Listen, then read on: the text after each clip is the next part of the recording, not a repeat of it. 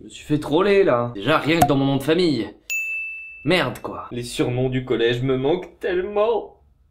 Commençons par dénoncer une vérité, Internet n'a pas inventé le troll. Dans la vie de tous les jours, on est souvent confronté à de bons gros trolls dégueulasses. C'est assez gênant quand ça nous arrive, on est assez content en général d'être à côté, en train de se marrer. Et même quand il s'agit de noms de famille. Et moi aussi j'ai bien rigolé avec les vôtres, alors je vous en veux pas. Alors restez assis bien au chaud et profitez du moment que je vous offre.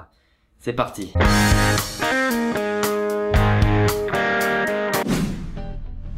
Dans un troll, il y a deux types d'individus, le troller et celui qui se fait troller.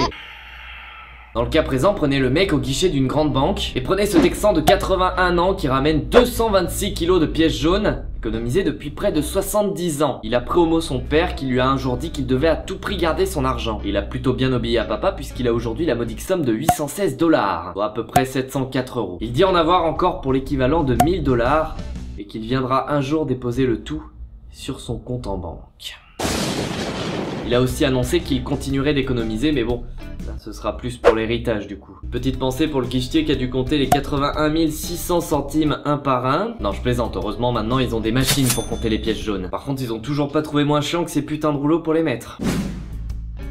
Pour accéder au rang de médecin, il faut souvent un max de diplôme, max d'années d'études. Ou alors il faut avoir une belle paire de coronesses et des employés malvoyants. Un jeune garçon de 17 ans s'est baladé parmi les employés du St. Mary Medical Center de Floride avec une blouse et un stéthoscope pendant un mois sans que personne ne s'en rende vraiment compte. Il allait comme ça de box en box, prendre des nouvelles des patients, parler aux infirmiers, regarder les fiches médicales, plutôt posément. Avec un gros fuck dans le dos, le résultat aurait été le même. Tout le monde, à commencer par le gardien de l'immeuble, le considérait comme un des médecins de l'hôpital. Ça c'est du bon boulot mon gars. La mère, en bonne maman, et il faut bien qu'elle défende son fils, a déclaré qu'il était suivi mais qu'il prenait plus ses médicaments depuis un certain temps. Et le fait de ne pas prendre ses médicaments le rend médecin, tout s'explique.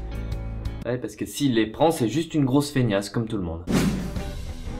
Pouvez-vous me dire sur quoi est posée cette statue? Les médecins et ceux qui ont oublié leur pilule me diront: mais oui, c'est clair. Il s'agit d'un cheveu, et j'ai de quoi vous le prouver. Oh super, une statue posée sur un cheveu, c'est un très beau montage. C'est clair, ça pourrait être cool, mais c'est pas un montage. Johnny Hurwitz, un artiste londonien, a créé des statues si petites qu'on ne peut pas les voir à l'œil nu. Tout ça est possible grâce à l'impression 3D et les statues mesurent entre 80 et 100 microns, soit donc moins grand que l'épaisseur d'un cheveu. Alors après il nous sort tout un blabla sur le défi que ces œuvres existent au-delà de notre capacité de perception, mais ça on s'en fout. Ce qui est véritablement important, c'est que c'est petit. D'ailleurs il devrait bientôt rentrer dans le Guinness pour la plus petite création d'un être humain. Maintenant imaginez bientôt les drones que l'on pourrait créer de cette taille-là. Ça pourrait être fou d'inspecter le corps humain avec une micro-caméra embarquée. On y arrive mes amis.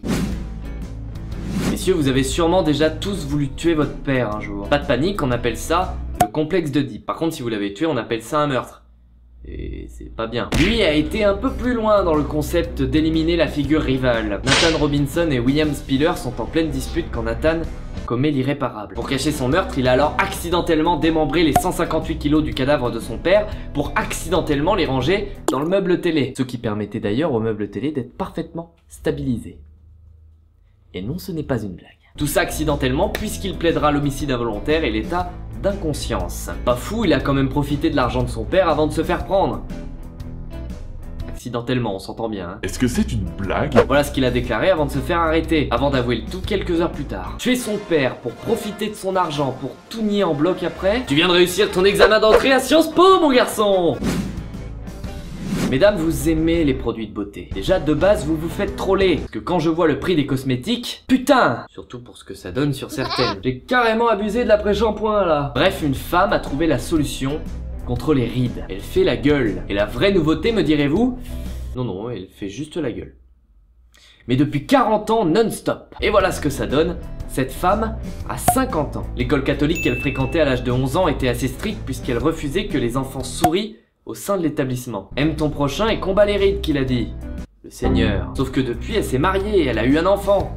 Il y a un moment où elle a souri quand même. Et bah d'après ce qu'elle a dit, pas une fois. Est-ce qu'on doit se priver du bonheur juste pour des rides, franchement? Puis merde, vous êtes belles, mesdames, quand vous souriez. Et c'est naturel, ça. Tout est écrit noir sur blanc dans les liens de la description, si vous voulez plus d'infos. J'en fais trop pour aujourd'hui. À bientôt. Jean, t'as pris ta pilule? Oui, bien sûr.